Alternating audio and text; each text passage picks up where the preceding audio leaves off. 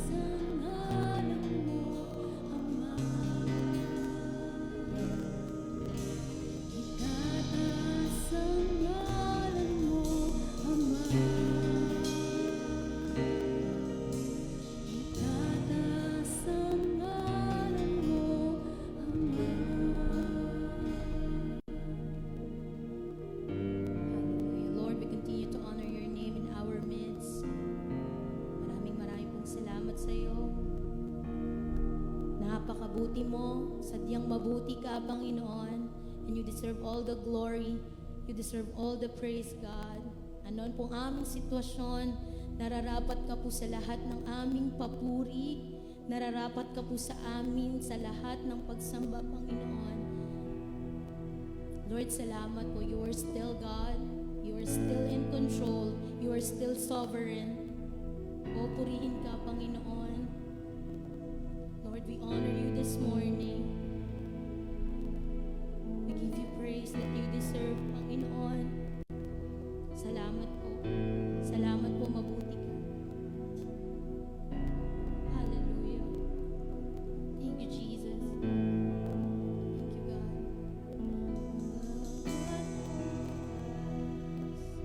Walang hanggan, pagpupuo kayang inaalay ng mga anghel at nilikha. Isang tinig na malugod na pagsamba.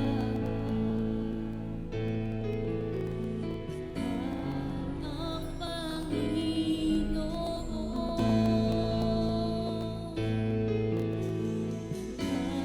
ang Panginoon.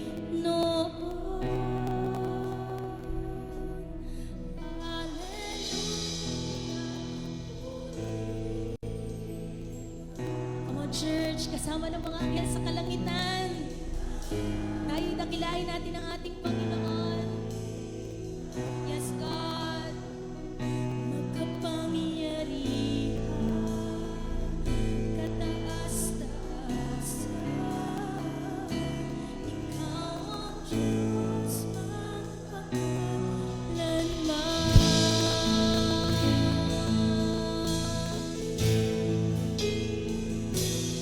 Bawat oras, walang hanggan,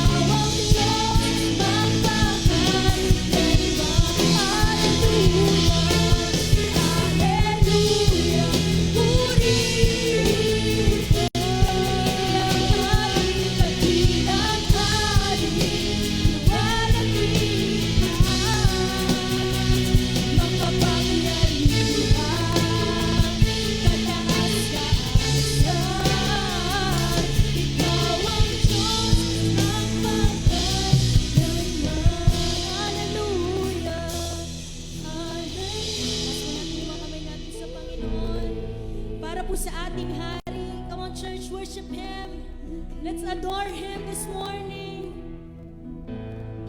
Yes, oh God.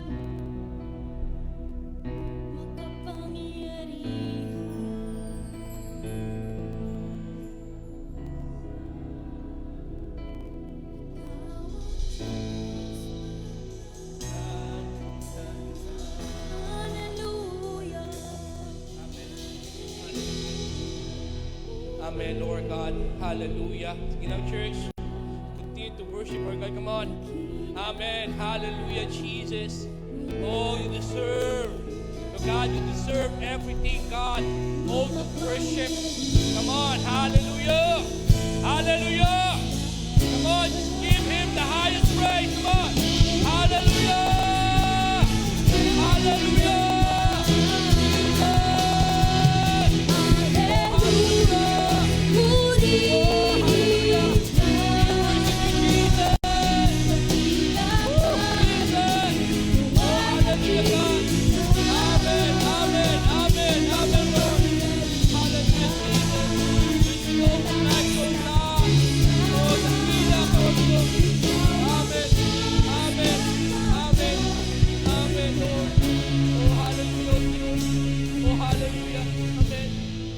Hallelujah, Jesus. Hallelujah. Father God, we thank you, Lord, for this morning. Lord, tunay, Lord God, O Diyos, sa mga buhay namin, na Ikaw po yung Diyos na karapat-dapat sa lahat ng pagpupuri, sa lahat ng pagsamba, dahil tunay ka, napakabuti mo sa amin. Salamat po, O Diyos, sa panibagong araw, Panginoon, panibagong linggo, Diyos, na kan po'y dinala mo sa pamamagitan ng iyong biyaya at kahabagan, Panginoon. Kaya kami nandito ngayon, Panginoon, is all because of your grace. Wala pong saganang amin. Kaya Lord, Opo Diyos, Lord, marapat ka lamang na purihin, marapat ka lamang na sambahin, ibalik lahat sa iyo, dahil ikaw ang dahilan ng lahat ng bagay sa mga buhay namin. Ama, maraming pong salamat, O Diyos. Lord, this morning, kami po'y patuloy, O God, nagpapakumbaba sa iyo. Lord, yung pagsamba na inhanap mo, Panginoon, O Diyos, yung pagsamba, Panginoon, na nararapat sa iyo. Kami po'y nagpapakumbaba, Lord, kung may inakikita ng mga bagay sa mga puso naming kasalanan, mga bagay na hindi karapat-dapat sa kaharian mo. Panginoon, we ask for your forgiveness. We ask, Lord God, O Diyos, Lord, to cleanse us, God, by the blood of Jesus. Tulungan niyo po kami, Panginoon, magkaroon ng malinis na puso, Panginoon. Nang sa gayon, Lord, as we worship you, we can give, Panginoon, the highest praise. Lord God, we can give the best worship. Panginoon, Lord God, O Diyos, ang dalangin namin, Lord, kayo pong maitaas sa mga buhay namin. Lord, sa umagang ito, pagpalahay niyo po ang bawat isa sa amin. Hayaan mo, Panginoon, maranasan po namin ang iyong presensya, O Diyos. Lord God, O Diyos, mas maranasan ka namin, Panginoon, Lord God, O Diyos, sa kababaan, O God, ng iyong pag-ibig, Panginoon, sa amin, Panginoon, O Diyos. Continue to work, Panginoon, sa mga buhay namin. Lord, sa umagang ito, sa iyo po kami nagtitiwala, Panginoon, Lord God. Lumubab po kami ng iyong Espiritu Santo, Panginoon, O Diyos. Ang dalangin namin, Lord, every word na mahahayag this morning, let your word, Panginoon, na patuloy mag-enlighten sa amin. Panginoon, this word is not a word of condemnation, but it is a word of love and affection, Panginoon, Lord God, O Diyos, dahil mahal mo po kami. Panginoon, pagpalain niyo po ba sa amin, Lord, make our heart, Panginoon, be ready to receive your word, Panginoon, O Diyos, maging handa, Panginoon, magkaroon ng kauhawan, Lord God, O Diyos, kauhawan, kagutuman sa iyong mga salita. Panginoon, O Diyos, kayo po patuloy maghari sa amin. Panginoon, ang dalangin namin this morning, no, Lord God, no name will be glorified. Only you, Jesus. Walang ibang marapat po sa kaluwalhatian. Walang ibang marapat sa kadakilaan. Tanging pangalang Jesucristo lamang, Panginoon. Kaya Lord, sa iyo pong lahat ng kaluwalhatian, binabalik po namin ang pinakamainam ng pagsamba, pagdakila, O Diyos, sa pangalan ng aming Panginoong Jesucristo. Ang lahat ng pinagpala ng Diyos ay magsabi ng Amen. Hallelujah, Jesus. Sige po, bago po tayo umupo, no, lagi natin itong ginagawa. Kala ko nakalimutan ka na. No? So tayo po ay mahawak sa ating dibdib. No? Deklara po natin that the rest of our life will be the best of our life. Come on. 1, 2, 3, go! will be the best of my life. Isa pa po, yung talagang may pananampalataya. Okay? 1, 2, 3, go! The rest of my life will be the best of my life. Amen. Sige po, pwede po bang tayo po umupo na? Sa akin yung pag-upo, bumati po kayo ng 5 tao, sabihin nyo, pinagpala ka ng Diyos. Hallelujah, Jesus.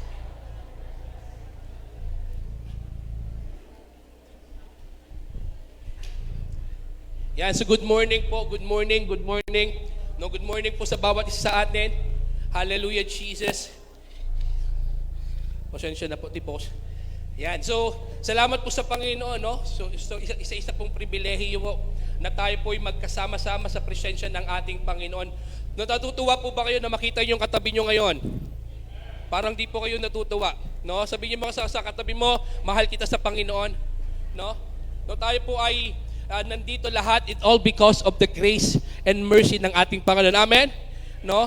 Kaya sobrang salamat sa Panginoon. Salamat din sa Lord sa katatapos lang po ng ating encounter last week, no? Pwede mo palakpakan natin si Lord.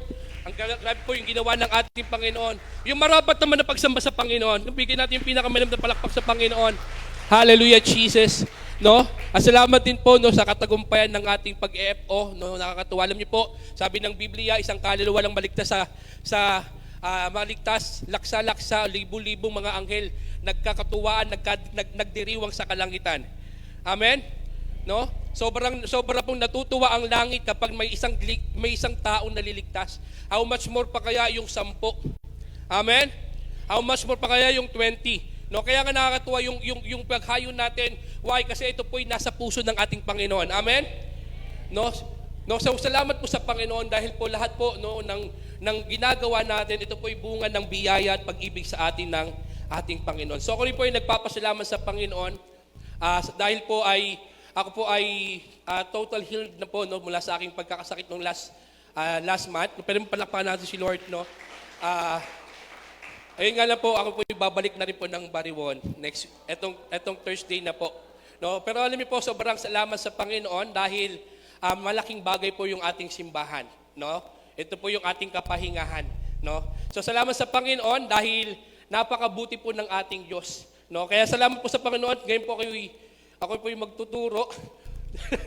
No? Ito po, di ko alam kung pamamaalam ba to o parang pamamaalam ng pagtuturo to. Pero salamat sa Panginoon dahil tayo po ay naniniwala po tayo na ang Diyos po yung may kakayanang mangusap sa atin. Hindi naman kung sino yung tumatayo sa harapan. It's all about kung sino yung nagsasalita sa atin. It is about God.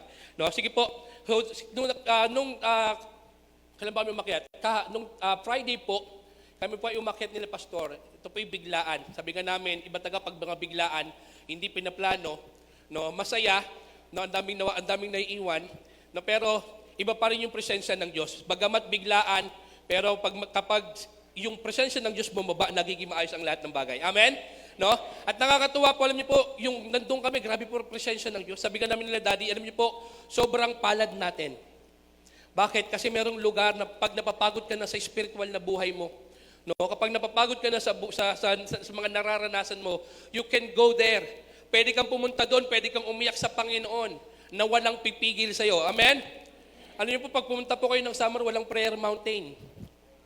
Doon ka lang luluhod sa 4 na sulok ng simbahan. No? Pero niyo po, kaya sabi ko nga kay Daddy, sobrang na-appreciate yung prayer mountain. Bakit? Kasi doon, pwede kang huminga sa Panginoon, pwede kang umiyak sa Panginoon, no? Pwede kang makasumpong ng isang lugar na kung saan tahimik, no, na mararanasan yung presensya ng Diyos. Amen? No? So, yun po, salamat po sa Panginoon dahil grabe po yung ginawa ng Lord sa amin. Sabi ko nga sa Panginoon, kaya pala hindi ako inalaw ng Lord makaalis agad kasi gusto pa ng Lord palakasin yung ating spiritual na pagkatao. Yan. So, salamat sa Panginoon. So this morning po, last time po, tayo po ay nagturo si Daddy about the kingdom of heaven, the kingdom of God. Sabi nga, kingdom of God. No? Ang kingdom of God, pinag-uusapan po doon na tayo daw po ay pumailalim. No? Tayo po ay kumilala sa ating Panginoon. Tayo po ay pumailalim sa paghahari ng Diyos. Amen? Tinanggap natin siya bilang Panginoon, no? Bilang Panginoon at tagapagligtas. Pag sinabing Lord, pag sinabing Panginoon, speak about the King. Hello? Kinikilala mo yung Panginoon, yung hari, siya yung hari ng buhay mo, siya yung nagmamay-ari ng buhay mo, at ipinapasakop mo ang iyong sarili sa kanyang kaharian. Amen, sa kanyang pamamahala. Amen po ba? Parang di po kayo sigurado sa pinag-uusapan natin. No? Sabi ng Lord, pinapasakop natin ang ating sarili doon sa pamamahala ng Diyos.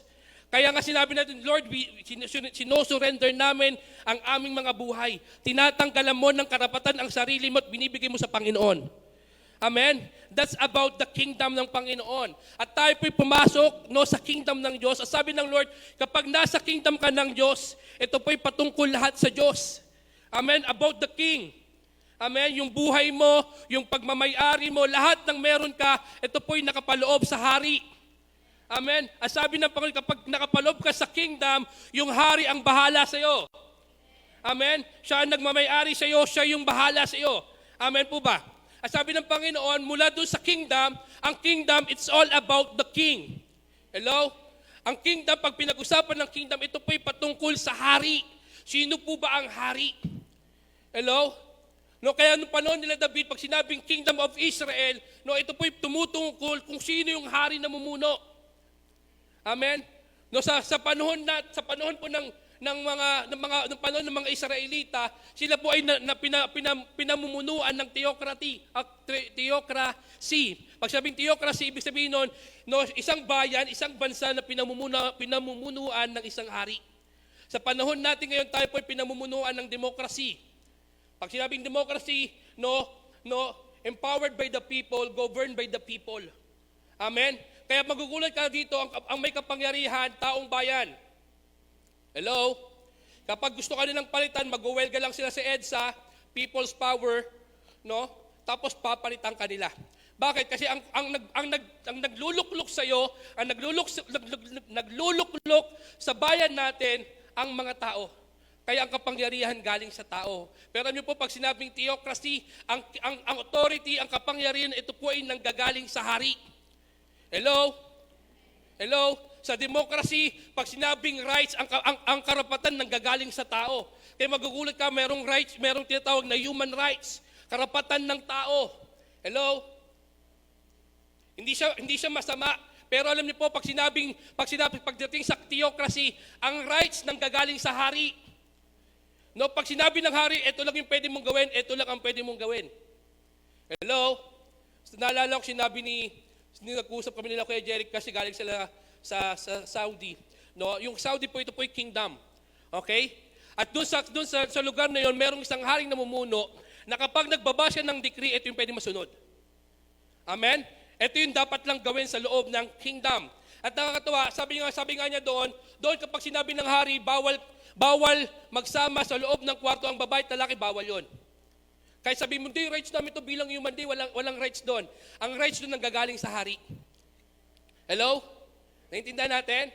So, ayun po ay patungkol sa kingdom. But you know what? Katulad sinabi ko na, kingdom is all about the king. Kaya yung pag-uusapan po natin ngayon, ito po yung may kinalaman sa hari. At alam niyo po, ang buhay natin, ito po may malaki ang kinalaman kung sino yung naghahari sa buhay natin. Kung ano tayo ngayon, kung ano yung nararanasan ngayon, it's all about the one who kung sino yung nag-rule sa buhay natin. Amen po ba? Amen. So, this morning, pag-usapan po natin, at sa kingdom po, pagdating sa kingdom, mahalaga po doon na kinikilala natin, sinasamba natin kung sino yung hari. Amen? Kaya ang pag-usapan po natin ngayon, the true worship, from a true worshiper. Yung hari natin, siya po ay naglolonging ng isang pagsamba. Alam niyo po, naalala ko lang sa kingdom po, pag sila po nagkakatipon, lagi nilang sinasabi to the king. Hello? Bakit lagi nilang ginagawa? Kasi kinikilala nila kung sino yung hari nila. And this time po, pag-uusapan natin, nung pagkilala natin sa ating hari, sa ating Panginoon. Sabi po ng John chapter 4 verse 23 to 24. John chapter 4 verse 20 to 24. Basahin lang po natin saglit. Sabi po dito, yet the time is coming and has now come when the true worshipers will worship the Father in the Spirit and in truth, for they are the kind of worshiper and for worshipers that the Father seek. God is Spirit, and His worshiper must worship Him in the Spirit and in truth. Alam niyo po, yung ating hari, He is always longing po sa pagkilala, no? Sa pagkilala, kilalanin natin siya, no, bilang hari, bilang Panginoon ng ating buhay, no? At kapag yung hari natin, ang lagi niyang nilolong sa atin yung pagsamba. Amen? No? Mamaya pag-uusapan po natin dito, ano po bang klaseng pagsamba ang hinahanap ng hari? Ano po problema nating mga tao, no? No, tayo po mga Kristiyano, napasok po tayo sa isang relasyon sa Panginoon, sa isang paghahari ng isang hari, no? Pero ang isip natin religion, no? Kaya ang problema, pag sinabing pagsamba, ang hirap natin siyang unawain. Bakit? Kasi ang pagsamba, nare-relay lang natin siya pagdating sa pag-awit. Hello? Akala natin, pag sinabing pagsamba, ay ito yan, ito yung mga pagsamba. Yung inaawit mo yung mga song, no, na patungkol sa Panginoon, binabanggit natin yung mga song na yan para sa Panginoon. Ayun yung paghawit. Ang madalas, no, pagkatapos umawit, iiwanan na yung Lord. No? Pero ang worship po natin is not just about, no, sa pagkanta. No, ang Diyos natin is longing for a true worshiper, no? Hindi lang si Lord after sa magagandang salitang binibitawan natin. Alam niyo po, akala natin, no, pagdating sa pagsamba sa Panginoon, dapat magaganda yung sinasabi natin. Although tama naman, no, pagdating sa pagsamba, lagi natin binabanggit, Lord, ito ka, dakila ka, makapangyarihan ka, manggagamot ka, ito ka. No? Pero alam niyo po ba, ang Diyos natin, hindi siya madadaan sa bola. Pakisabi mo sa tabi mo, hindi siya madadaan sa bola.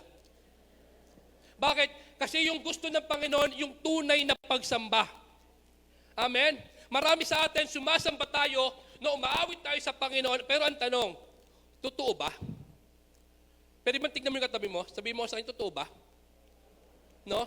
Marami sa atin, umaawit tayo sa hari natin, itinataas natin yung kamay natin, no? Sinisigaw pa natin yung mga awitin natin sa Panginoon. Pero ang tanong, totoo ba? Hello? Hello? Madalas naitatago natin ang ating sarili sa pamamagitan ng pagtaas ng kamay sa pagkanta ng mga kanta. Pero ang tanong, no, totoo ba yung mga lumalabas sa bibig natin? Sabi ng Panginoon, no, sa mga bagay, hindi rin si Lord nadadala sa mga bagay na ginagawa natin lang. Mahalaga sa Lord yung pag-serve natin sa Kanya, pero hindi patungkol doon lang ang pagsamba. Ang gusto ng Panginoon, His heart and His desire is a true worship from a true worshiper. Hello? Sabi ng Panginoon, dating ang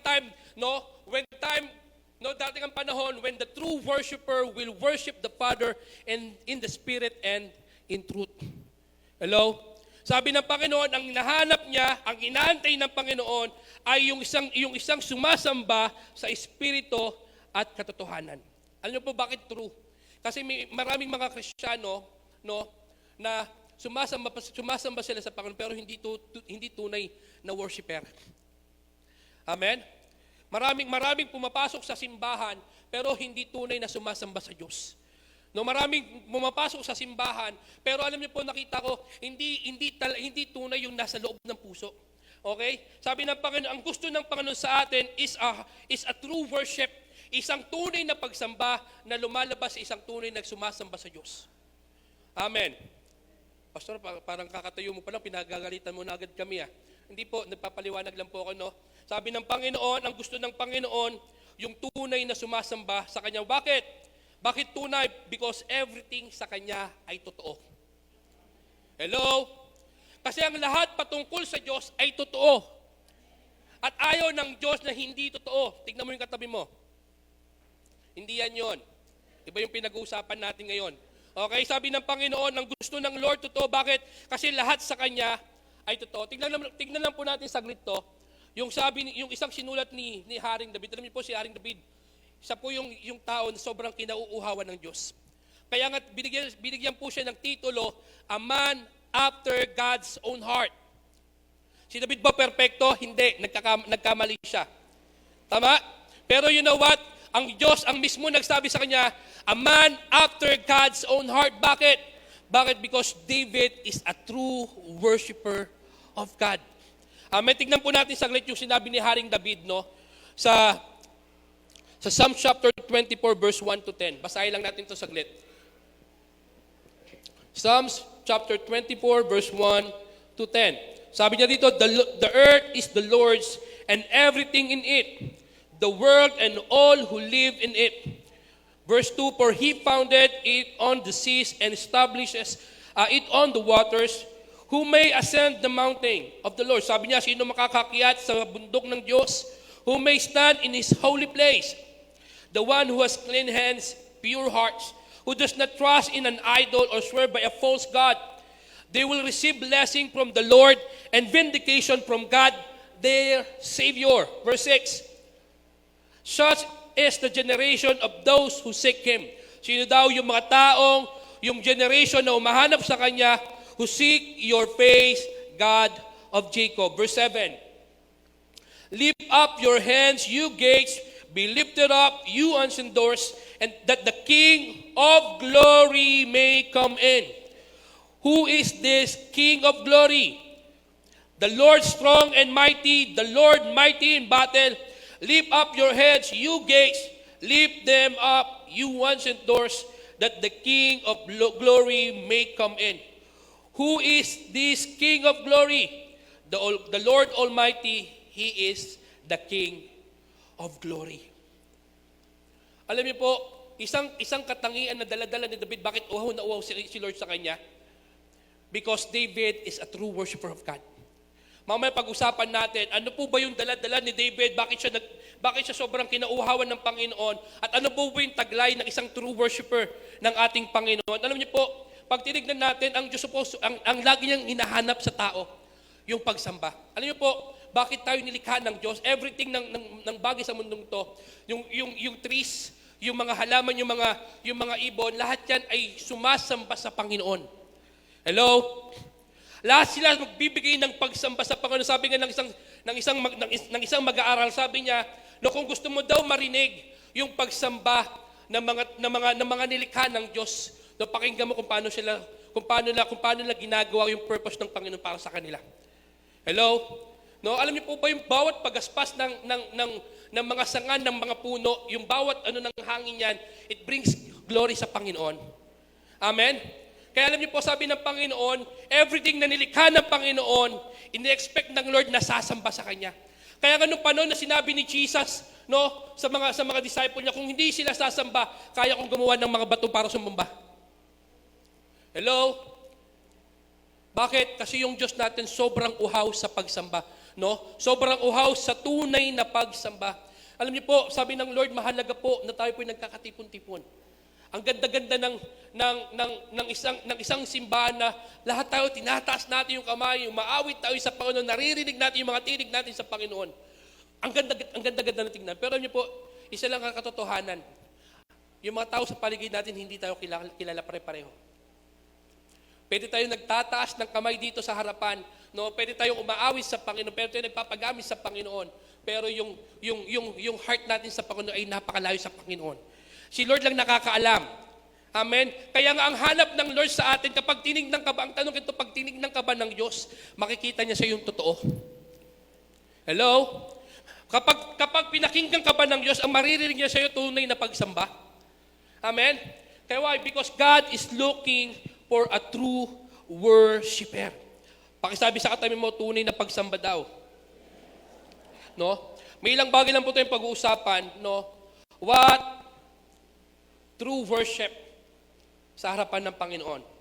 Saan daw po nagmumula at ano daw po ba ang true worship sa harapan ng Diyos? Number 1, mabilis lang po ito. Number 1, true worship comes from knowing God. Ang tunay na pagsamba ay nagmumula, nagbibigit siya, no, sa pagkakakilala mo sa Panginoon. No, sabi ng Hebrews chapter 12, verse 28, no, let us be thankful and so worship God acceptably with reverence and awe. With reverence and awe. Alam niyo po, sabi ng Panginoon, hindi ka pwedeng makapagbigay ng tunay na pagsamba sa isang tao na hindi mo kilala. Amen? Sa isang Diyos na hindi mo kilala. No? Marami po pumasok sa religion, they are just worshiping God, no, because ito yung nakasanayan nila. Hello? Kasi kami, galing kami mula pagkabata namin, pitos pa lang kami, nagsisimba na yung aking nanay, di ba? Tumatas na yung kamay, no? Mula pagkabata namin, ganito na yung ginagawa namin. No? Madalas sa atin, akala natin pag sinabing pagsamba, ito yung mga kinaugalian nating gawin. Sino dito? Kaya ka nandito kasi ito yung namulatan mo. At alam niyo po, lalong-lalo na yung ating pinanggalingang religion. They are saying that we worship God, na sumasamba kami sa Panginoon, pero hindi nila nakikilala yung Diyos nila. Amen? Sabi ng Panginoon na true worship ito po comes from knowing God. Nung makilala mo yung Diyos mo at doon nagmumula yung tunay na pagsamba sa Diyos. No? Sabi nga dito, maraming tao sa church, they are just singing, dancing, shouting, and raising their hand before God. Pero ang tanong, nakikilala kaya nila yung Diyos na kanilang sinasamba? No? Kumbaga, you are doing worship pero di alam kung sino ang ating sinasamba. Naalala ko lang po, isang illustration si Mary and Martha. No? Isang araw si Jesus pumunta po siya sa bahay nila Lazarus. At doon po sa bahay ni Lazarus, meron pong dalawang kapatid si Lazarus, ang pangalan Martha and Mary. Pagkapasok ni Jesus sa kanilang tahanan, ang ginawa ni Martha, nag-serve na agad siya. Pinaghanda niya ng lahat ng mga bagay na makakain, yung Jesus, pinag-prepare niya ng something. At yung Mary, ang ginawa niya, umupo sa paanan ni Jesus, nakatanghod at nakikinig sa sinasabi ni Jesus. But you know what?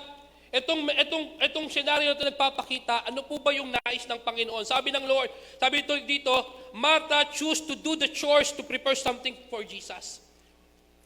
Ginawa niya yung mga bagay, yung mga chores niya, para saan? Para paghandaan si Jesus. Alam niyo po, hindi naman masama. Tama po ba? Hindi masama mag-prepare ng something. Bakit? Kasi isa yun sa pagpapakita ng pag-estima kung sino yung bisita natin. Tama po ba? Sa Panginoon, minsan maraming mga Kristiyano parang katulad ni Martha. Busy sa mga bagay na nakakala nila ito yung gusto ng Panginoon. Busy sa mga chores, busy sa mga activities, busy sa mga gawain. Pero nakakalimutan yung pinaka-importante. At ito yung pinili ni Mary. Why? Pagkapasok ni Jesus, Mary sit down at the feet of Jesus. Yung iba akala nila, pag sinabing pagsamba, ito lang yung ginagawa natin every Sunday, yung paglilingkod ko, yung pakikipagkamayan ko sa mga tao, yung paglilig ko ng mga sasakyan sa labas, yung pagpapaawit ko, pagtugtog ko. Akala nila ang pagsamba is all about the service na ginagawa natin. No! Ang pagsamba na hinahanap ng Panginoon, ito yung hinahanap ng Diyos. Sabi nga dito, yung makilala mo yung Diyos. Naalala ko nung nag-usap kami ni Daddy sa taas, sabi niya, Nak, dapat ang end point ng lahat ng ginagawa natin, nagsiserve ka, nagpapaawit ka, ginagawa mo yung mga service mo, dapat ang end point niyan, makilala mo yung Diyos mo. Hello? Kasi kahit gaano ka kasipag sa gawain, kapag hindi mo nakilala yung Diyos mo, hello? Walang kabuluhan. Sometimes akala natin kapag ginawa natin ang mga bagay nito, ayun na nagbibigay ng please sa harapan ng Diyos. Akala natin na please si Lord sa mga bagay na ating mga ginagawa sa Kanya. Kaya pilit-pilit natin ayusin, gandahan yung mga bagay na to. Bakit? Kasi gusto natin ma-please si Lord. Pero madalas, mas napaghahandaan, nagiging maayos yung mga bagay-bagay. Pero alam niyo po, may nami-miss out. Ang sabi ng Panginoon, the kind of worship na gusto ng Panginoon, hindi yung mabisi ka lang sa gawain ng Diyos. Maraming Kristiyano, hindi lang po dito sa simbahan, wag po kayo makondem, hindi po dito yon. Maraming mga tao, maraming mga Kristiyano, ang thinking nila pagdating sa pagpiplease sa Panginoon is yung mga bagay, yung mga ginagawa nila para sa Diyos. Kaya nag-uunahan sa ministry. Kaya nag-uunahan sa mga bagay na ganito kasi thinking nila ganito yung kinapiplease ng Panginoon. But you know what? What pleases God ay wala sa mga bagay na ginagawa natin. Kundi sa mga, yung nagpiplease sa Panginoon, yung intention ng heart mo, kung gaano mo siya nakikilala. Naalala ko po, sabi ni Pastor Miles Monroe, sa hari po, para ma-please mo yung hari, kailangan mo, malaman mo kung ano nagbibigay ng kaluguran sa hari. Kapag alam mo kung ano nagbibigay ng please sa hari, doon mo siya mabibigyan ng please. Amen? Dapat kilala mo yung hari mo. Dapat kilala mo kung ano nagbibigay ng kasiyahan sa kanyang puso. You know what? Sabi ng Panginoon, true worship bigat. No, nagka-comes siya doon sa pagkakilala mo sa Diyos. Kapatid, ang nagbibigay ng kaluguran sa Panginoon yung pag-stay mo sa presence ng Lord. Hello? Kasi doon natin siya nakikilala. Mahalaga yung mga bagay na ginagawa natin dito. It's a form of worship. Pero the greatest worship na gusto ng Panginoon, no, malaman mo na ang gusto ng Lord, fellowships. Hello? No? Sabi nga dito, sabi ni Jesus kay Mary, ang kinumed ng Lord, hindi si Martha, si Mary. Sabi ng Lord sa kanya, pinili ni Mary ang pinakamainam at hindi na ito kailanman tatanggalin sa kanya.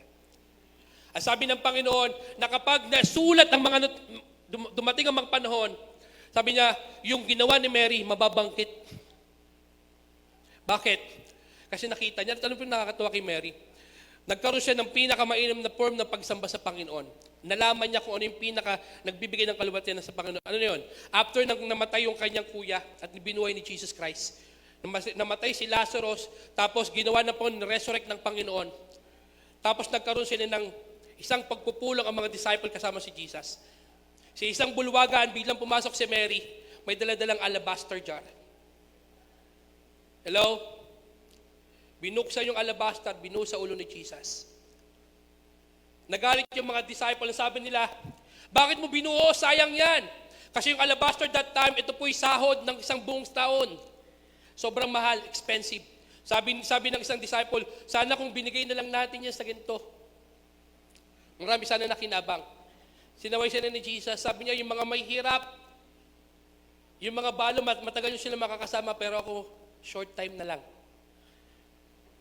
Sabi ni Jesus, ipinipray niya ako sa pinakamainam sa aking pagkamatay. Sabi ng Panginoon. Ano yung sabi ng Lord? That please si Jesus sa ginawa niya ba? Kasi si Mary, ang lagi niyang hinahanap, what pleases Jesus. Naintindihan at nakilala niya si Jesus.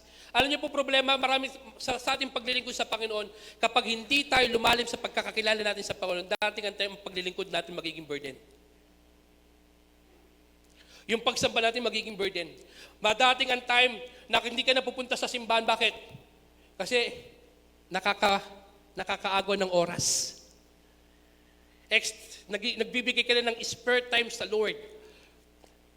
Na kapag humaba ang preaching, kapag humaba ang worship, ang feeling mo na agad, grabe ang haba ng pagsamba. Nagiging burden. Bakit? Kasi akala natin ang worship is all about us. It's all about sa mga ginagawa natin. Nakakalimutan natin ang worship is all about God. Na kaya kapag kahit tumagal ng oras, kapag alam mo para sa Panginoon yan, hindi ka magrereklamo. Amen? Why? Because true worship comes from knowing your God.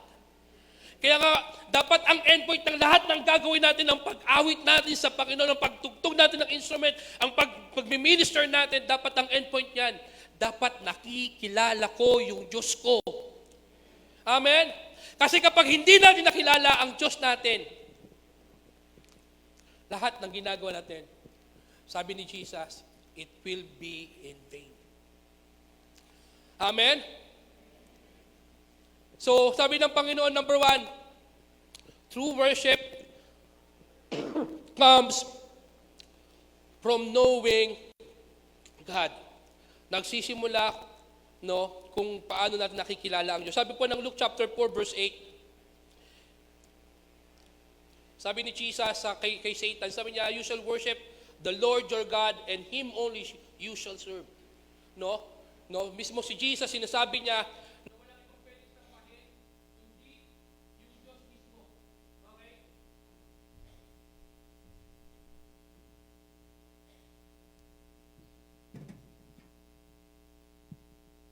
next verse po tayo. Psalms chapter 29 verse 2. Sabi po dito, ascribe to the Lord the glory due His name. Glory to His name. Worship the Lord in the splendor of holiness. Sabi niya, sambahin mo ang Diyos sa splendor ng kanyang kabanalan. Amen?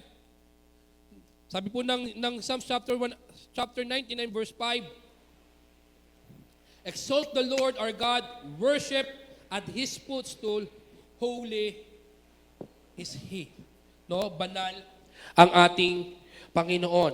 No, lahat ng pagsambang yan, nagbibigat siya sa pagkakakilala nila sa Diyos. Amen? Alam niyo po ang kapangyarihan ng pagsamba? Mararamdaman mo ang kapangyarihan ng pagsamba kapag ang pagsamba mo nagsimula sa pagkakilala mo sa Diyos. Hindi lang dahil sa nakita mo. Marami sa atin kaya tayo nagtataas ng kamay kasi yung katabi mo nagtaas din ng kamay. Hello? Kaya ka nagsabi ng hallelujah kasi narinig mo yung katabi mo sumigaw ng hallelujah eh. Pambira sumigaw sa tenga ko eh. Di ba? Pero ang tanong, kapag binabanggit mo ba ang hallelujah, nauunawaan mo yung salitang hallelujah?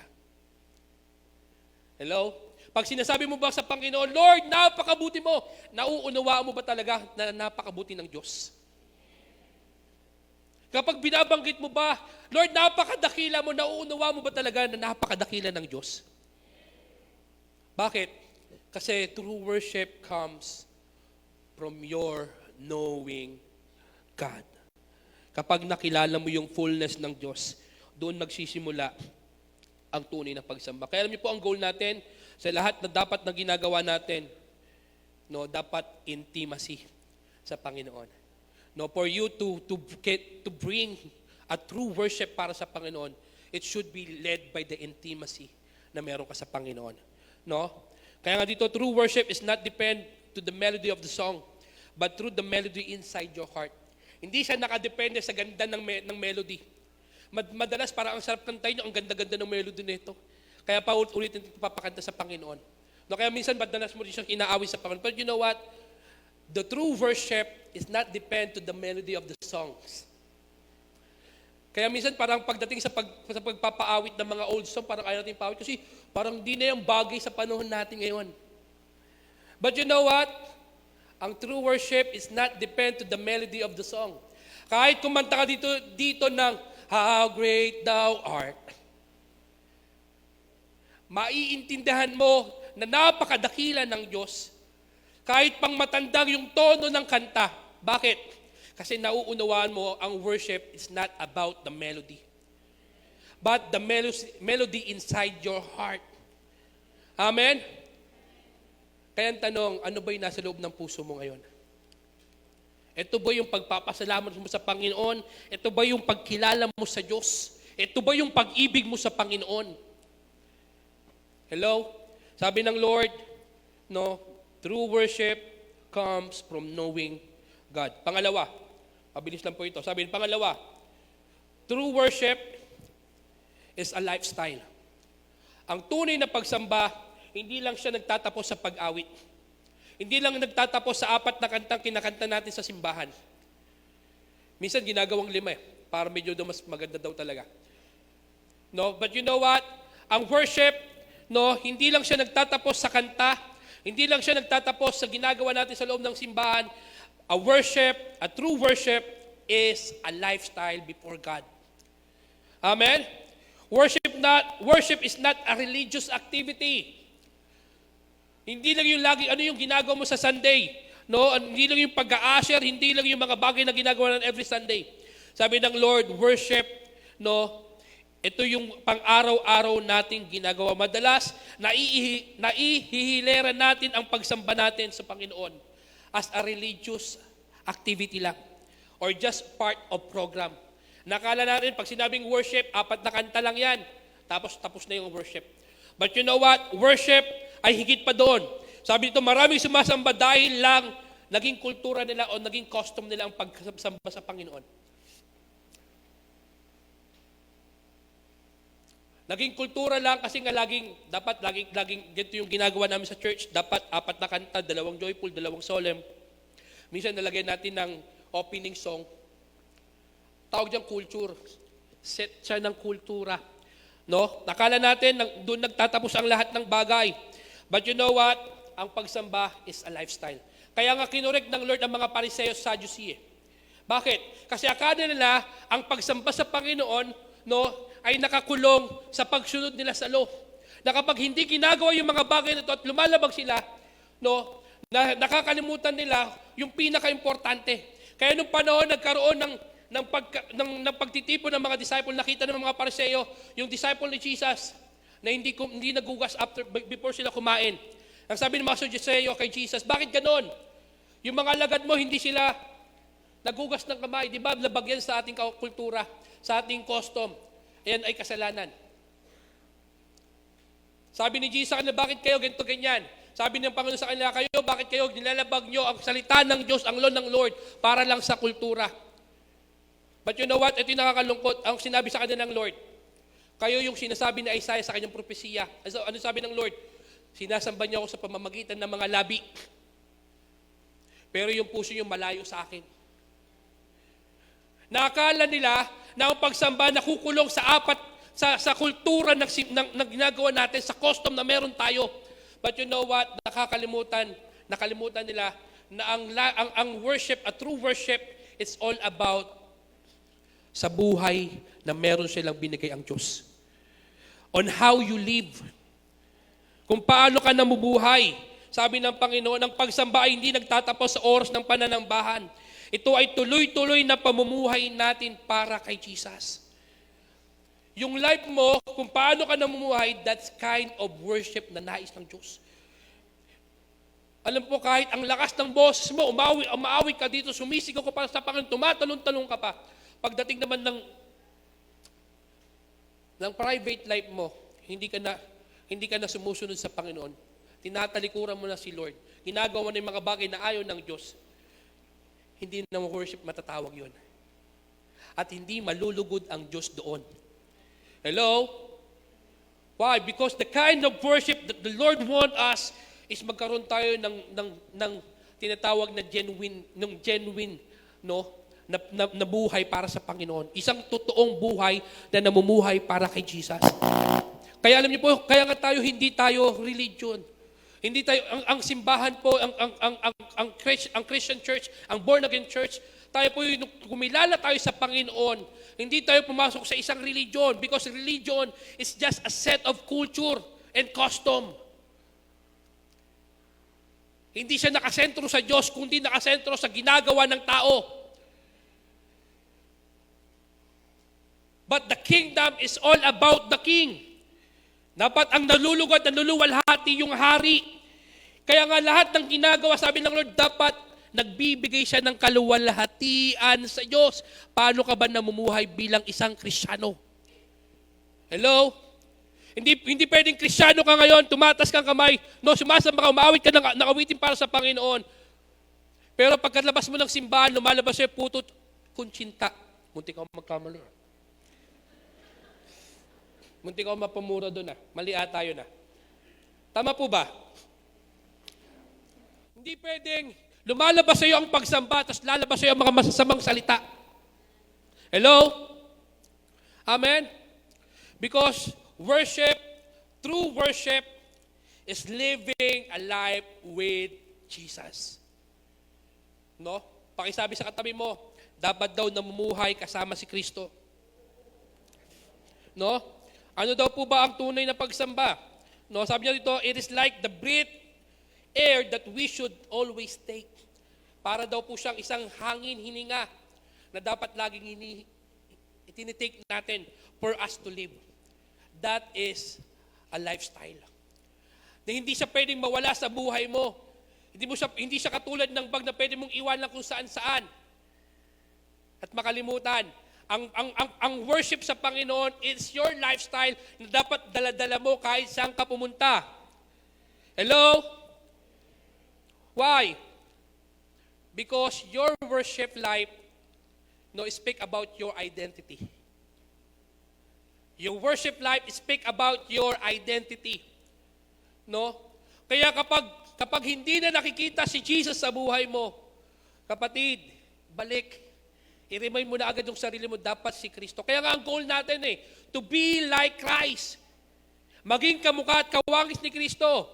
Bakit? Kasi through that form of life, tayo lang makakapagbigay ng tunay na pagsamba sa Diyos.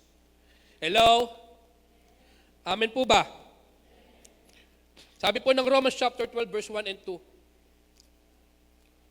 Present your bodies as a living sacrifice, holy and acceptable to God, which is your spiritual service of worship.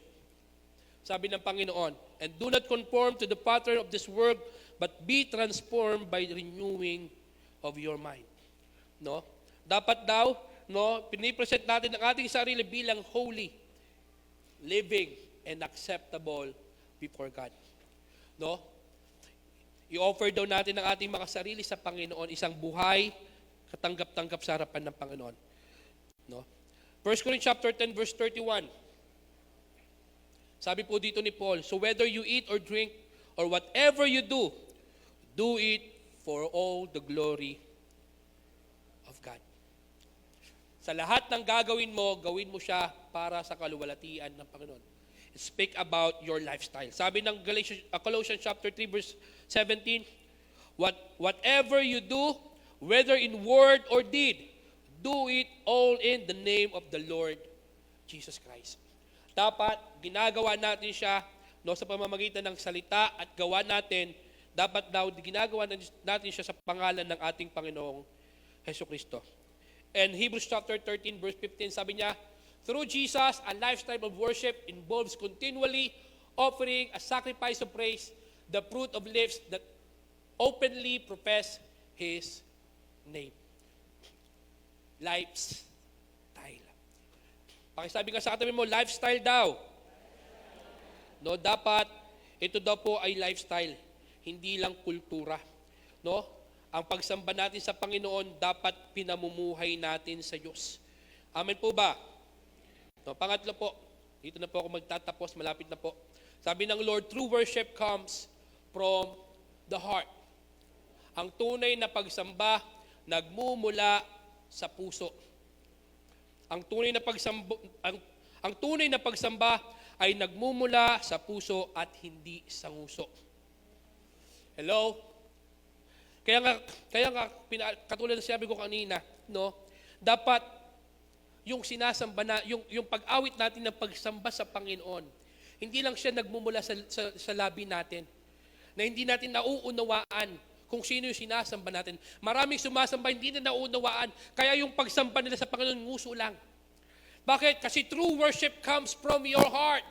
Nagmumula sa puso mo. Amen? Nagmumula siya doon sa pagkakaunawa at pagkakakilala mo sa Panginoon. Sabi ng Panginoon, no, madaming sumasamba sa Diyos by their lips and yet yung puso, iba yung sinasamba.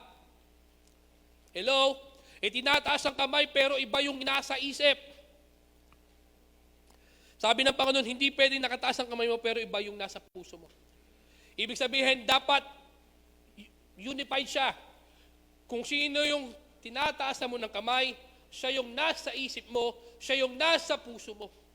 From your word, action, and thoughts, dapat si Lord lahat yon. Amen. Marami nagtataas ng kamay, umawi sa Panginoon, pero yung inaalala yung pagkain. Saan kaya ko kakain mamaya? Di ba? Yung umaawit ka sa Panginoon, nararapat ka sa pagpuri, tapos ang inaalala mo yung labahin mo na naiwan doon. Hello? Sabi ng Panginoon, dapat daw yung pagsamba natin came from your heart. Dapat from the inside, outside. Kung ano ang nasa puso mo, dapat ayun ang lumalabas sa'yo. Amen? Because true worship ay nanggagaling sa puso. Hello? Hindi pwedeng kung ano yung ginagawa mo sa labas, ay yung mag-speak ng puso mo. Hindi. Sabi ng Panginoon, mula sa puso, parang teleserye yun mula sa puso lalabas. Amen? Tama po ba? Dapat mula sa puso lumalabas ang tunay na pagsamba. Hindi ka pwede magkaroon ng tunay na pagsamba tapos papasok sa pundi. Sabi ng Lord, from your heart. Kaya nga laging mahalaga sa Panginoon yung puso mo. Hello? Ang laging chine-check ng Diyos yung puso. Bakit? Kasi diyan nang gagaling ang lahat. At ayun yung pinagpa-cover ng Diyos. Bakit? Kasi diyan magmumula ang tunay na pagsamba. Amen? Sabi ng Lord, true worship comes from the heart. Alam niyo po, kapatid, hindi pwedeng sumasamba tayo sa Panginoon, tinataas natin kamay natin sa Panginoon, pero may mga bagay tayong tinatago sa harapan ng Diyos. Sabi ng Biblia, sabi ng Jeremiah chapter 29 verse 10, sabi niya, you will seek me and you will find me if you seek me with all your heart. Hahanapin mo ako, matatagpuan mo ako pag hinanap mo ako ng buong puso. Sabi ng Matthew chapter 7 verse 7, no, seek me and you will find. Kapag naghanap ka, makakasumpong ka. But you know what? Sabi sa akin ng Panginoon kahapon, habang nandun kami sa prayer mountain, sabi ng Lord, kung si Lord, sinasabi niya, pag hinanap mo siya, masusumpungan mo siya. Sabi ng Lord, kapag nagtago ka sa Diyos, magtatago ang Diyos sa iyo. Hello? Kapag nagtago ka sa Panginoon, magtatago ang Diyos sa iyo. Kaya di mo napapansin, kapag may mga kasalanan tayong tinatago sa harapan ng Diyos, hindi natin maranasan si Lord. Hello? May mga bagay tayong tinatago na ayaw natin i-expose sa Lord. Ang nakakalungkot lang, pilit natin tinatago ang mga bagay-bagay sa harapan ng Diyos. Kahit alam natin si Lord, alam ang lahat ng bagay. Sabi ng Lord, kapag nagtago ka sa Diyos, itatago ng Diyos ang kanyang sarili sa atin. Pero kapag nagsimula kang hanapin ng Panginoon, you will find Him with all your heart. Kapatid, kaya ang pagsamba natin, sana hindi lang siya nagmumula sa ating mga nguso. It always start with our heart, sabi ng Panginoon. No, dapat nagmumula siya sa pinakaibuturan ng puso mo, sa pagkakakilala, pagkakaunawa mo kung sino yung Diyos mo. Amen? Bakit? Kasi doon po nagsisimula ang lahat ng bagay. No, sabi po ng Isaiah chapter 29 verse 13. Alam niyo po, these words, ito po yung pinagkunan ng Matthew 15 na sinabi ni Jesus sa mga Pariseyo. At ito po yung senaryo ng mga tao ng panahon na yon, na sila po ay gumagawa ng kultura nila, nag-offer sila sa Panginoon, ginagawa nila mga bagay-bagay pero nakatalikod ang puso nila sa Diyos. And sabi ni Lord sa kanila, the Lord says, these people come near to me with their mouth. Lumalapit lang sa pamamagitan ng kanilang mga bibig. And honors me with their lips. In-honor nila si Lord, sinasamba ni Lord sa pamamagitan ng mga labi. Sabi niya, but their hearts are far from me. Lumalapit sila sa akin sa pamamagitan ng bibig, sinasamba nila sa pamamagitan ng labi, pero ang kanilang puso malayo sa akin. Their worship of me, sabi niya ganon, is based on merely human rules. They have taught. Actually, sabi may ibang translation na sabi diyan, their worship in vain. Walang kabuluhan. Kaya alam niyo po, itong paalala sa atin ng Panginoon. And sabi sa kanya in verse 14, therefore once more I will astound this people with wonders upon wonders. Wisdom of the wise will perish and intelligence of the intelligent will vanish. Sabi ng Panginoon, mamanghain ko sila. Pero alam niyo po yung pagkamangha sinasabi ni Jesus dito, yung sinasabi ni Yahweh dito, hindi yung pagkamangha ng kabutihan, pagkamangha ng katakot na parusa. Papakitaan sila ng mighty hands ng Panginoon, no, pero parusa ang kakaharapin nila. No, kaya sabi dito, kaawa-awa ang mga nagtatago kay Yahweh habang sila'y gumagawa ng mga panukala. Sila nagsasabing doon kami sa gitna ng dilim upang walang makakakilala o makakakita sa amin. Binabaligtad ninyo ang katotohanan, masabi ba ng palayok na gumagawa nito, hindi naman ikaw ang humugi sa akin. At masabi ba ng lumikha sa lumikha sa kanya, hindi mo alam ang iyong ginagawa. Kapatid, ang lahat sa Diyos ay totoo. Hindi natin siya madadaya. Hindi natin siya mapagtataguan ng mga bagay-bagay and yet sasamba tayo sa Panginoon. Alam niyo po, yung word ng Lord na yan, it's a word of love. Bakit? Because ayaw ng Diyos na masasayang ang lahat ng effort natin. Alam niyo po, kanina ang sarap umawit sa Panginoon. nakita ko lahat tayo nag-worship sa Lord. Binibigay natin yung pinakamainam nating pagsamba sa Diyos. Hello? Pero niyo po, mas maganda na kapag sumamba tayo sa hari natin, i-comment ka ng hari na natuwa siya sa'yo. Hello? Because God is longing for a true worship from a true worshiper. And you know what? For us to be a true worshiper, dapat nagsisik ka sa Panginoon. Dapat hinahanap mo ang mukha ng Diyos. Dapat lagi mong kinauuhawan ang Diyos sa buhay mo. Hello? Pangalawa, sabi ng Lord, dapat nakasurrender ka sa Diyos. Hindi pwedeng ikaw ang namumuno sa buhay mo. Hindi pwedeng ikaw nasusunod sa buhay mo. If you want to be a true worshiper of God, dapat surrendered life ka sa Panginoon. Panghuli, sabi ng Panginoon, a true worshiper ay isang honest sa harapan ng Diyos. Dapat totoo ka sa Diyos. Kapatid, hindi naman sinabi ng Panginoon, hindi tayo magkakamali. David, nung tinawag siya ng Lord, a man after God's own heart, hindi man siya perfectong tao. Hello? Ano yung maganda lang kay David? Sa panahon ng pagkakamali niya, alam niya kung paano lumapit sa Diyos. Sa panahon na alam niyang hindi na tama yung puso niya at kapag kinorek siya ng Diyos, tumutugon agad siya sa Panginoon.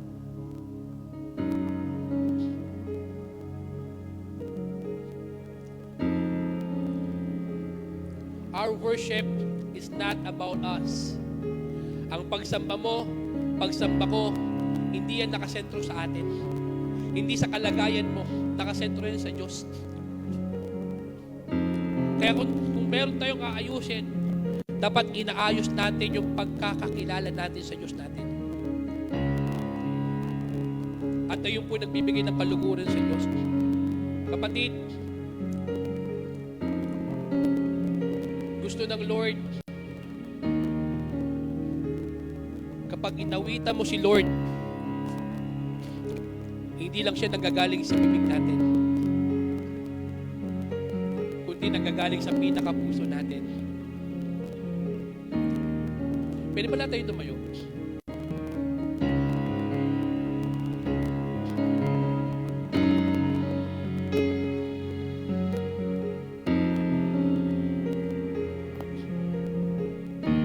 Tulad ng sinabi ko kanina, hindi naman tayo magkakakilala. At hindi ko po kayo nakikilala lahat. Hindi ko alam kung anong mga lagay ng life natin. Only God knows. Ang Diyos lang po nakakaalam ng mga buhay natin. Siya po yung nakakilala sa atin. And gusto ng Lord this morning, you can give Him a true form of worship. Isang tunay na pagsamba sa Diyos. Because we are all made to worship God. Lahat tayo nilikha ng Diyos para sumamba sa Kanya. At ayaw ng Diyos mawalan ng kabuluhan. Merong isang kwento, isang simbahan, isang pastor, nagkaroon siya ng panaginip. At doon sa panaginip niya, nakita niyo yung church, ang laki ng simbahan nila. Pero there's something strange, sabi niya ganon.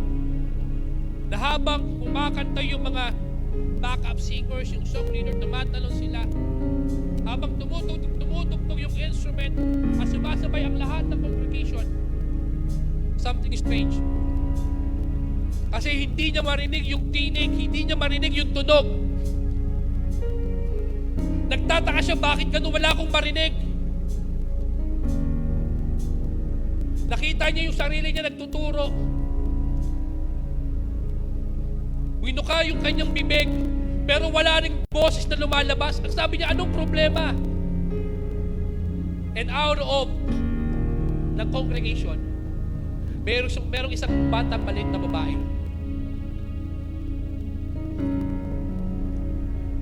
Biglang may isang tinig na maliit na boss ng babae na kumanta na, Amazing grace, how sweet the sound. Namangha siya.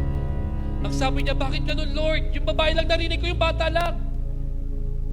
Kasi sabi ng Lord sa kanya, this child, na minsan binabaliwala natin, sila lang yung umaawit from their heart. Sabi niya, pinakita ko to sa'yo para maunawaan mo ano ang kalagayan sa harapan ko. Alam niyo po, this word is not a word of condemnation, but a word of love and affection. Hindi ko alam kung anong kalagayan natin sa baka mamaya nabibisi lang tayo sa mga activities natin sa loob ng church, pero nabimiss out natin yung pinakamahalaga. Ano yun? Yung maranasan at makilala mo yung Diyos. Baka napapabayaan natin yung personal natin sa Panginoon, yung pag-ibig natin sa Panginoon. Kapatid, hindi si Lord manggagamit. Ayaw ng Diyos na gamitin ka lang. Mas mahalaga sa Panginoon yung ikaw at hindi yung ginagawa mo. Pwede ba this morning, can we bow our heads? At tayo po'y magpasiyasin ng mga puso natin sa Panginoon. Kapatid, if you want God to bless sa buhay mo, sa pagsamba mo sa Kanya, it's about time na siyasatin mo yung laman ng puso mo. Pasiyasan mo sa Panginoon yung heart mo, Lord.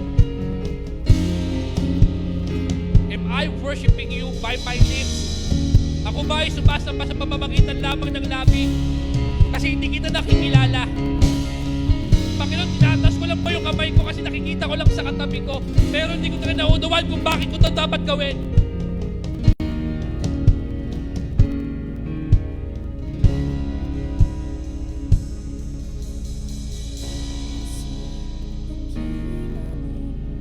Silat, pwede ba habang kumawin yung ating worship team? Salamat sa pagyakap mo, Ama. Huwag mong hahayaan na you were just singing, worshiping God, Presensya mo, na hindi mo na ibibigay ang pagsambang nararapat sa Diyos. nais ko. For God is looking for the true worshiper and the true worship. Nararapat ka sa papuri, luwalhati at pagsamba. Jesus, ika'y dakilain, Hallelujah, Jesus. Hallelujah, Lord. nararapat ka sa Kailangan ka ba, church? luwalhati at pagsamba. Itataas ang ngalan mo, Ama.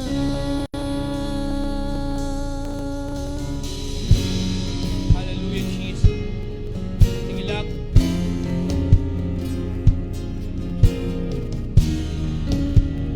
Pwede ba this time, worship Him in spirit and in truth? Come on. Hallelujah. Amen. Amen. Amen. Amen, O Lord. Hallelujah. Come on. Hallelujah, Jesus. Yes. Come on. Hallelujah, Jesus. We worship your name, Lord. Amen. Hallelujah. Hallelujah, Jesus. Oh, Panginoon, isa lang po, Panginoon, dahil namin. Ang dahil namin malugod ka sa amin, O Diyos. Hallelujah. Hallelujah.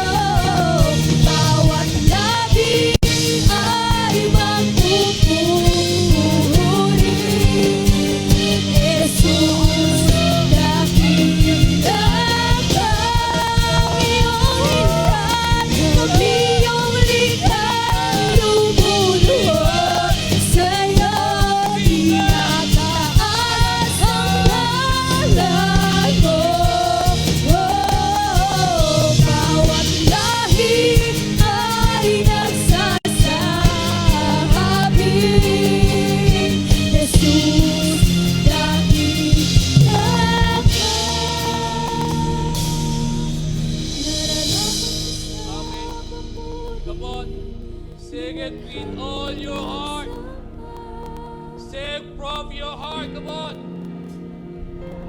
Sing from your heart. Hallelujah. Jesus. Amen. Oh, hallelujah, Jesus. luwalhati tataas ang ngalan mo. Oh, hallelujah, Jesus. Itataas ang galan mo.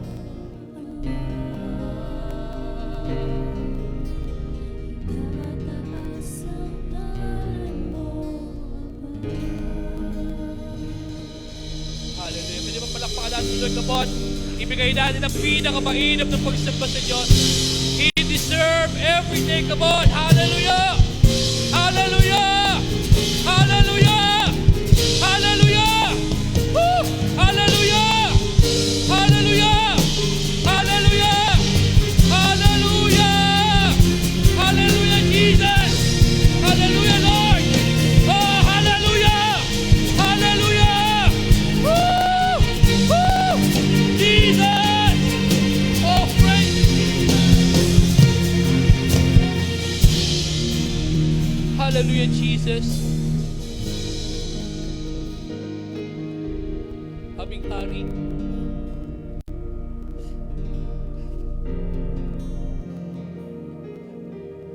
Utang po namin sa iyo lahat. Dahil sa iyong kabutihan, sa iyong pag-ibig, O Diyos. Maraming pong salamat. Kasi kayo po ang naging dahilan, Panginoon, ng Diyos ng buhay namin. Kaya kami may celebration ng pananambahan. And all because of what you did at the cross of Calvary, O Lord. Kaya Lord, wala pong sa amin. Everything, it's all about you, God. It's all about you, Jesus. It's all about you, Lord. Tanging ikaw lamang po dahilan, O Diyos. Panginoon, maraming pong salamat. Ikaw lang ang karapat-dapat, O Diyos. Karapat-dapat awitan, O Diyos. Ang napakadakila mo sa aming mga buhay. Lord, salamat. Because your word, Panginoon, O Diyos, na nagpapaalala sa amin, Panginoon, O God, na kung anong dapat magsambang, dapat naming ialay sa iyo. Lord, hindi ka nakabase, Panginoon o Diyos, sa kabisihan namin, sa kingdom mo. Lord, ang nais mo, mabisi kami, Panginoon, sa presensya mo, Panginoon. Dahil lahat ng gagawin namin sa labas, ito'y resulta lamang, Panginoon o Diyos, ng pagmamamad namin sa presensya mo. Nang intimacy namin sa iyo, Panginoon, sa pagkakakilala namin sa iyo, Panginoon. Lord, bigyan mo kami ng hungerness to seek your face, God. Hungerness to know you more, Panginoon. Dahil the more namin nakikilala ka, O Diyos, mas lalo ka namin mamahalin. Panginoon, the more ka namin nauunawaan, Panginoon, lalo yung kaming umiibig sa iyo, Diyos. Ama, help us. Lord God, salamat po sa iyo, Panginoon. Continue to work upon our lives, Panginoon. Hindi lang ito magtapos dito. Bagkos katulad ng pinag-usapan namin, that the true worship comes from a lifestyle, Panginoon. May pabuhay namin ang iyong mga salita. May pabuhay namin ang pagiging Kristiyano po namin ang aming mga pananampalataya, O Diyos. Makita ka sa aming mga buhay. Hindi ang sarili namin, Panginoon, O Diyos. Ama, help us to live a life, Panginoon, Lord, ka na life, Lord, ka nakasama ka namin, Panginoon, O Diyos. Ama, continue to bless us, Panginoon, Lord, ka, O Diyos. Pagpalain mo bawat sa amin, nagniwala ko, Diyos, that, Lord, ang dami mong isin-store sa mga buhay namin. Ang dami mong paggagawin sa mga buhay namin. Ang dami mong mga bagay na i-reveal mo sa amin, Panginoon, O Diyos. Because your heart is us, Panginoon, to become a true worshiper of our living God. Kaya Lord, maraming pong salamat, Panginoon, sa umagang ito, Diyos. Minsan pa, ikaw lang kami pinaparangalan, O Diyos. Ikaw lang kami itinatanghal, O Diyos. Itinataas, Panginoon, O God. Sa iyo ang kaluwalandian. Sa iyo lahat ng pagsamba, Panginoon, sa pangalan, O Diyos, ng aming tagapagligtas, ng hari, Panginoon.